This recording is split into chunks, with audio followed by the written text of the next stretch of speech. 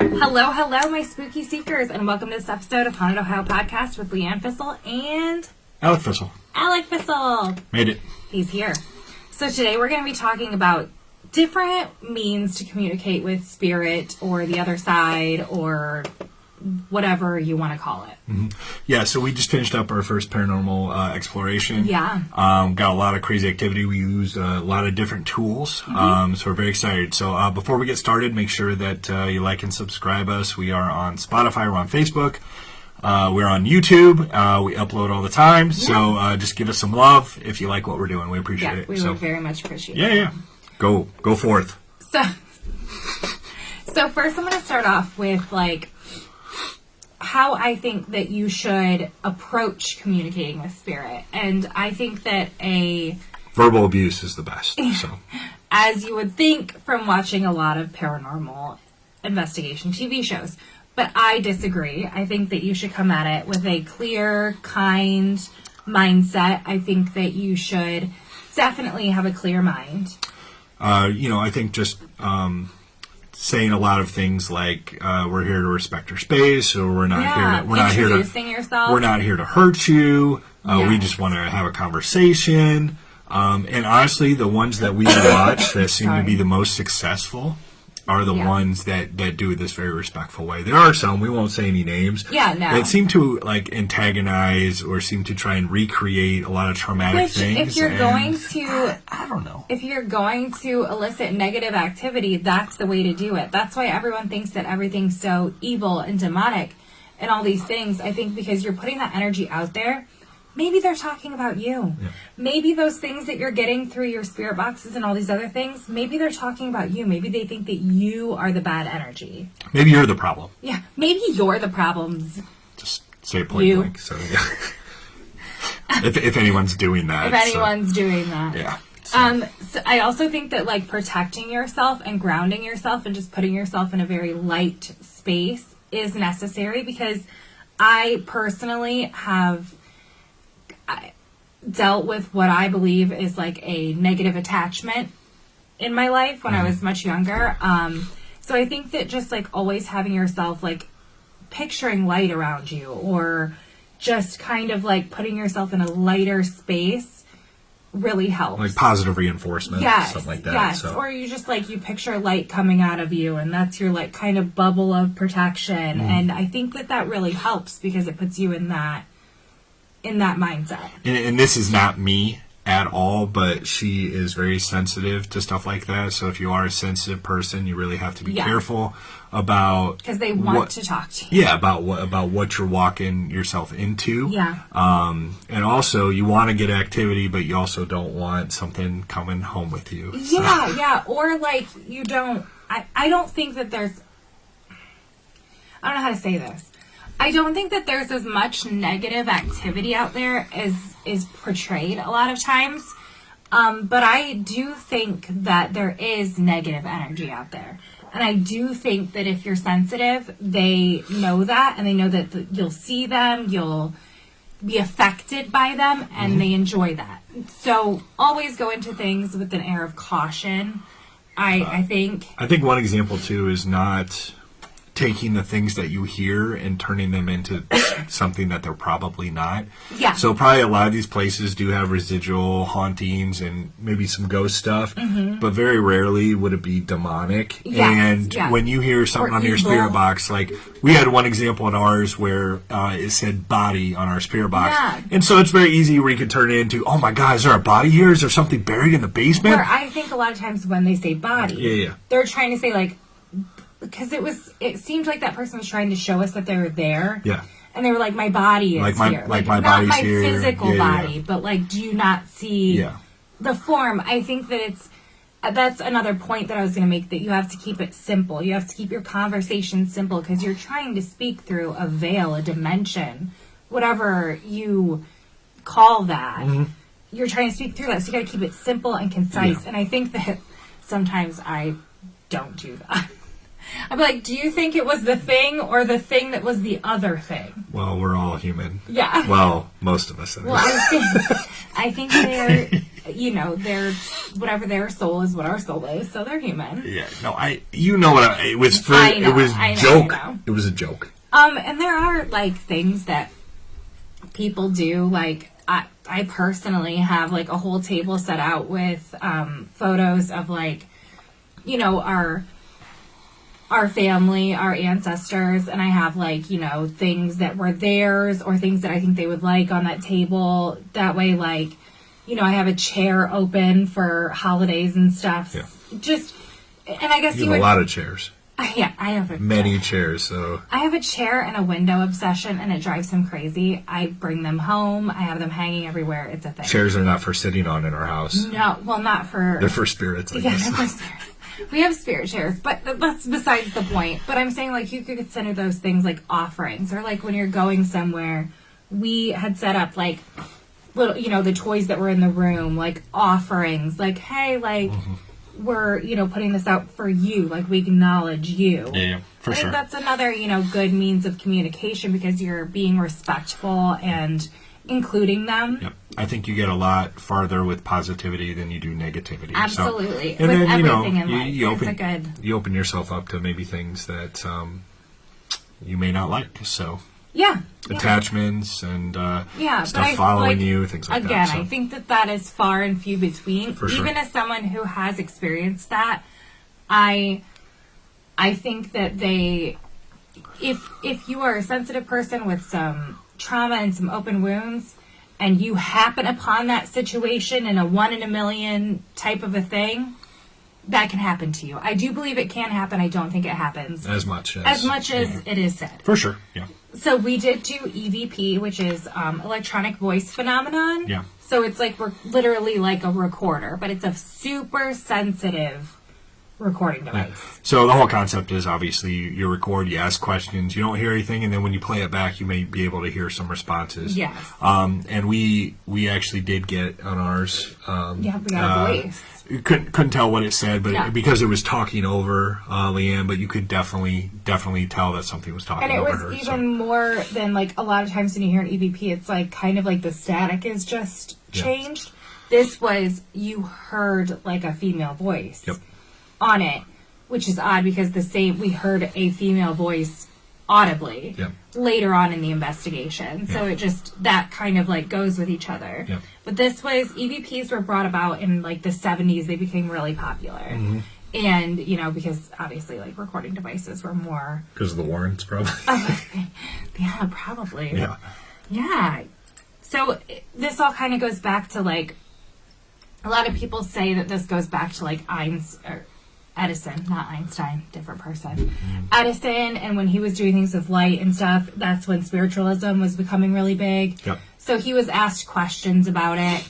There's no evidence that he actually like made any devices or anything, but that's where it started to go like, oh, well, they can manipulate electricity or currents or things like that. And that really does make so much sense to me that they could do that. And I've witnessed it. Yeah. I think that there's, I'll have to look this up. So I'll get back to you on this, but I think there's an episode of Supernatural, because it may or may not be my favorite show. You may have watched it. I may have watched it, where there is some kind of Edison spirit box or something that he made. Yeah. That's something we're going to have to look up, because I don't know if that's true or if it's just in the show, but they base a lot of the stuff off of at least lore. Well, that's what I just said. Like, I just don't think that they've proven it. You know what I mean? Oh, yeah, for sure. It's said. 100%. So, yeah, I'm looking it up. Because I have the power of the internet. Yeah, not just piece of paper. So how is that not supernatural, you guys? It's going out into an ether and coming back with an answer. The Edison and the ghost machine. It's going to space. It's not going to another realm. Oh. Well, yeah, there's people saying that, was a thing. Yeah. So, we'll do some more looking into that, because I found that super interesting. I remembered that, and then I was like, oh, that'd be super cool if it was, in fact, true. So. Yeah, so we'll do some more research into that, but the way I read it in my initial, like, because I was just looking up different types of talking to, I didn't go deep into that. Maybe just do some better research, so. Listen to me here. I'm trying. while I sit here and do absolutely no research. So here, Thomas Edison was asked in an interview with Scientific American to comment on the possibility of using inventions to communicate with spirits. And he said that he thinks they're only capable of subtle influence, so you would need something super sensitive. Yeah. So that's what my information was. That like light or he had recording spoken about it at least. Okay. So it was like I'm not saying that's all he did, but that was what I had in my notes. Yeah. Well, I don't need highlighted. I don't need to do research. I just you don't remember. Do any research. I remember important things from shows that I watch. Yeah. And then here we are. So yeah, I think I was right, and you were wrong. So we'll just move on to the next thing. So spirit boxes. In 1980, William O'Neill constructed an electronic audio device called SpiritCom. So like an intercom. Yep. Like, you know how your parents have that thing in their house that's really old and you be like, hello. Yep. And you can hear it. But they wanted to talk to spirits. Okay. So like that's the early rendition of like the spirit box. Yep. So the scanning of all the frequencies. Yeah, but I and think stuff this like was that, more like a two-way situation. Okay. Like the walkie-talkies? No, like a CB. Yeah. Type of a thing was the initial thought, and then it evolved into what we know now, where we hear all that static and it's going through the different. Okay. So they started that way, but that's the same thing. You go to a certain channel. Yeah, I'm just saying, like that's where the idea stems. Yeah, and then we get there. And so obviously now with technology, now you can purchase apps that are like a spirit box app, and that's actually what we used the last time. But it's just, and we tested it. I said this in the other episode we did, but we tested it in other locations, like at our home, where as a sensitive person, like I will only live somewhere where it's not. It's so this is a very neutral space. Our house, it did not go off one time. Yeah. We could not ask a question, anything, and get any response. But at our investigation, it definitely gave us intelligent seeming responses. Yeah, for sure. Yep, 100%. So yeah, that was pretty credible. And like I said, a lot of stuff, you're getting a lot of stuff coming through the spirit box, so it doesn't all make sense, and it's not 100% relevant to what you're doing. But if you have multiple, spirits trying to communicate, then it's not going to make sense. No, it's going to be like, wait, what? It's going to be they're all trying to talk at the same time through one microphone. So we watch a lot of paranormal investigations because we're into this, and some of them we're like, okay. But the ones that we find credible, where they get so confused, as a person stepping back and watching it, you can be like, well, it's obviously two people. Yeah. It's obviously someone telling you one thing, and then the other person's trying to talk about something totally different. Yep. Because there's enough for it to be a conversation on both sides. And I find that really interesting. And it's for sure. Yeah. And another means of communication is objects. So the dowsing rods. Yep. And I personally have a lot of luck with the dowsing rods. But mostly when it's a personal connection with someone. We took them on our investigation. It did not work as well for me. I know a lot of people say, oh, you just tilt your hands and this and that. But I can sit absolutely still and get no movement. And as a sensitive person, I will have a feeling of who or what is there. And I know when I'm getting responses. And also with a lot of this stuff, guys, we're kind of on the honor system here. Right. What do you... So obviously some people are manipulating it. You either believe it or you don't. The only way that the dowsing rods work is if you hold them and you hold completely still. Yeah. And you ask questions. If you're trying to tilt it or move it or stuff like that, of course you can manipulate it to do things. So. And I always ask when I'm using them for them to go all the way back. Yeah. Defy gravity. Which isn't even answering anything. Just take them all the way back and then bring them back to center specifically.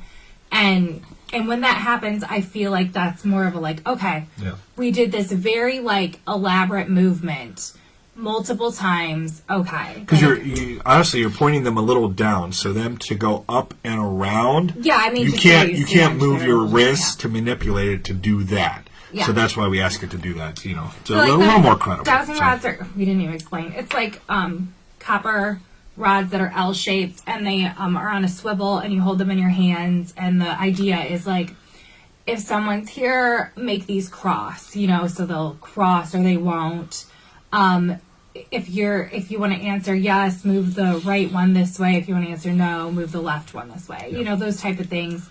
And I've had some really good, when I'm doing like a reading, I've done really well with those. Sure. But it has to be something that's more like I'm trying to figure it out than just like, hey, ghosts, I don't know. Like, does that make sense? Like, hey, people, come and do this. And we did they moved one time, but like, once again, I don't think they could work there because I was so nerved up that I probably was shaking a little bit, and they crossed, and our spirit box said that it was a metallurgical false positive. So they told us that it wasn't right. So you know what I mean? Like, they're like, bitch, these don't work. Yeah, that's what it was. Like, okay, God. I do think the dowsing rods, from what you've explained, is more of a personal experience. So it's when you're trying to communicate like, with someone that's close to you, that's passed away, or something for someone, like that. And it's a personal connection that you're having with someone. Yeah, I think that's more of an application for those personally. I mean, I've seen a lot of people do investigations with them, and I mean, people that have much more ability than I do, and they seem to be able to work them. Yeah. But I think those are way more open people. Yeah. And, you know, as we go along and we do more paranormal explorations, and maybe we get a little more relaxed and not as tense, maybe it'll work better. I do have to say, though I was tense, I thought I was going to be way more tense. I was much more comfortable doing it than I ever expected to be. Yeah. Except for we got scared when it got super loud. But I think that was just because it was so jarring and it felt aggressive that we were like, no. And then the cat balls. So that's another object that we used. They're like, you know, cats play with the little cat balls. And if you move them, they go off.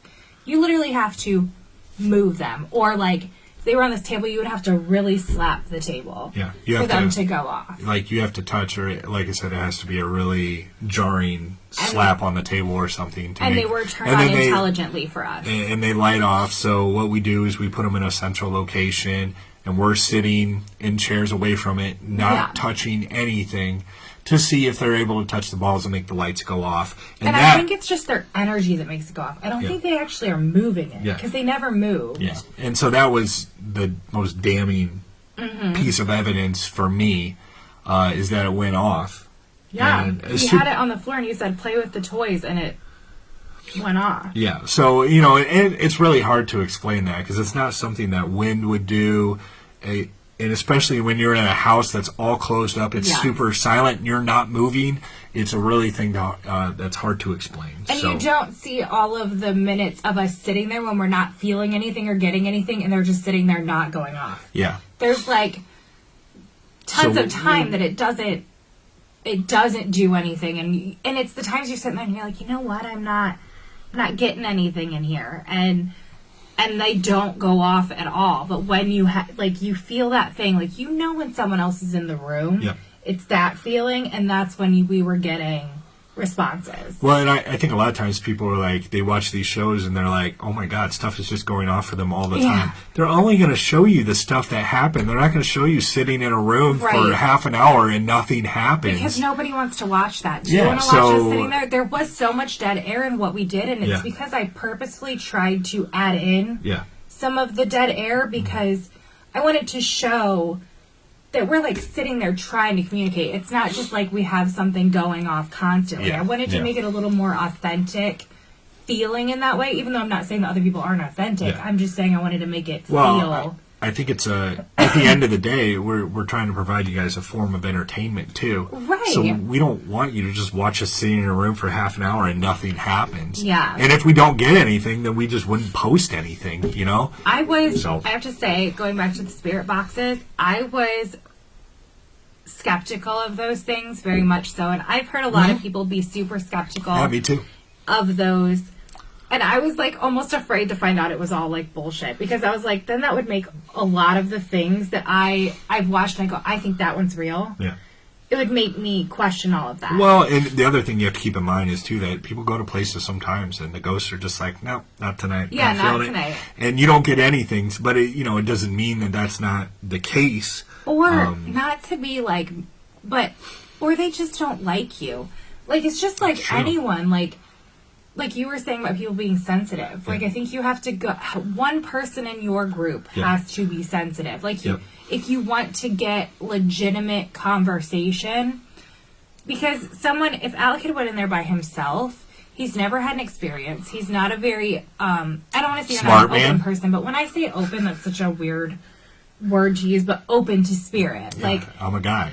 No, I mean, but there's guys that are. I'm just saying you're not open in that part of yourself. Yeah. Well, I've never had experiences before. Right. I haven't had anything happen, so it's not something that I searched out before. But yeah, the older I get, the more and more interesting it becomes to me. And I've always wanted to have an experience, so this was the time we went. It was great. So those are the things that we have used. There's other things. EMF readers. I think that there's something to it, but I think it's a rarity that you'll ever get anything on them. I think so too. I've not had it. We didn't try it a lot, to be fair, but it just seems it seems like there's better ways to communicate that are more sensitive than that. So that's, at this point, maybe that was like when we first started doing things like this.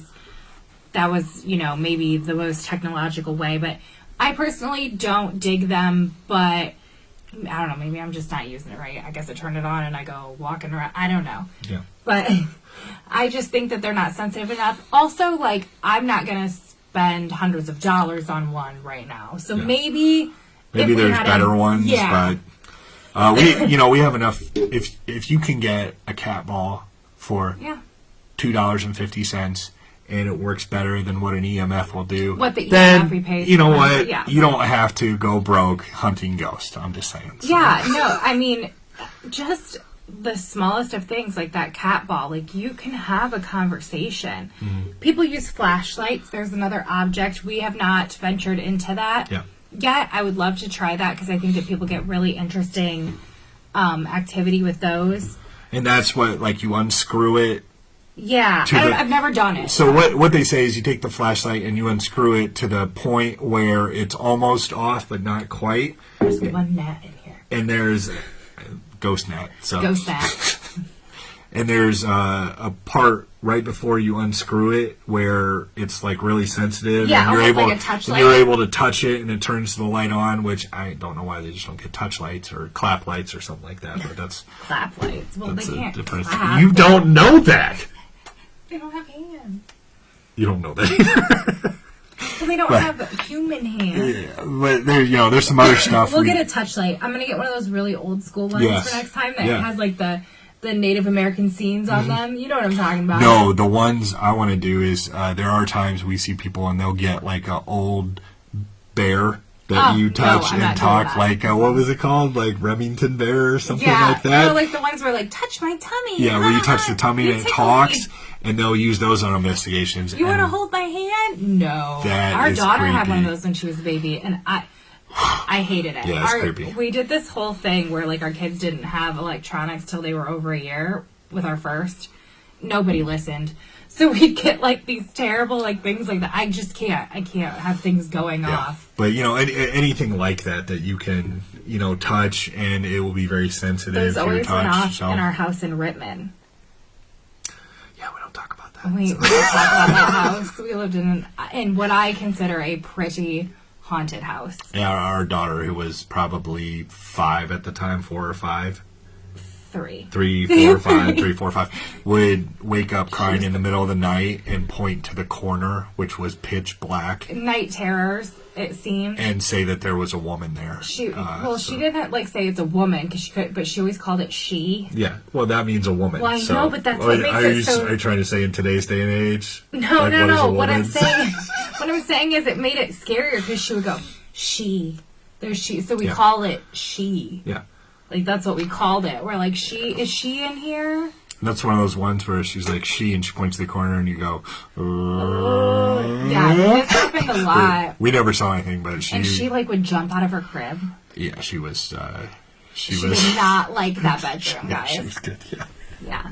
So we kind of used a bear for that because it would go off in that house all the time. For sure, yeah. Super scary. Yep. Yeah. That was a tangent, but that story sticks with me. Yeah, we don't ever barely talk about that because it was trippy. Yeah, we definitely don't bring it up to her. Yeah, she doesn't. Hey, remember when you saw that thing? That was like her favorite house to live in, and I'm like, girl, you did not like living there. That's okay. We're like, yes, live in your rainbow and butterfly. Well, it also proves if you want to go on an investigation, probably just bring a kid with you because you get way more stuff that way. They're way more let's traumatize intuitive to that. So, but we did use a lot of tools, and there's a lot of stuff out there. Some stuff seems credible, other stuff seems like a waste. Or just maybe it's not, it doesn't work well for, just like how we said that certain people elicit certain types of activity. Right. Maybe it just doesn't work well for us, but, you know, we're going to try, I think we're going to add, probably every time we do an investigation, we're going to try to add another thing. I would like to get a REM pod. Yep. We haven't used those, so that's where you have like a field around an antenna, and if something breaks that field, it will go off. If they touch it, it goes off a different way. Yeah. Things like that. So I really want to get around more sensitive. More sensitive, and I've seen them work a lot for people. So I think that would be really cool. There's the grids. What are those called? The light grids or... Yeah. Oh, there's a word for them. I should have looked this up. I was trying not to make this too long. We're already at 26 minutes. Yeah. Where they get the stick figures and they throw out a grid of like laser that catches different movement. I haven't seen anyone get anything with those. Really? Yeah. Oh, with no, I'm not talking grids. about the laser grids. The SES thing. Yes, that's what I'm talking about. Where they can pick up points of... It Like looks like a little stick figure. It looks like a little stick figure on the screen. That's what it is. Yeah. SLS? SES or SLS. I think it's SLS like camera. I'm sorry, this wasn't supposed to be part of this. That's right. But, I mean, now I'm off on it. But I've seen some really cool stuff with that. Actually, the place that we went, the Beale Manor, I saw someone post a video where they got some cool some stuff on that. Yeah. With that. Yeah. So before we go into anything else that I don't have any notes on. Yeah. And we're at like 30 minutes. Play it by ear. We'll let you guys get back to whatever you're doing. Yeah. And we will see you next time. And until next time, stay spooky.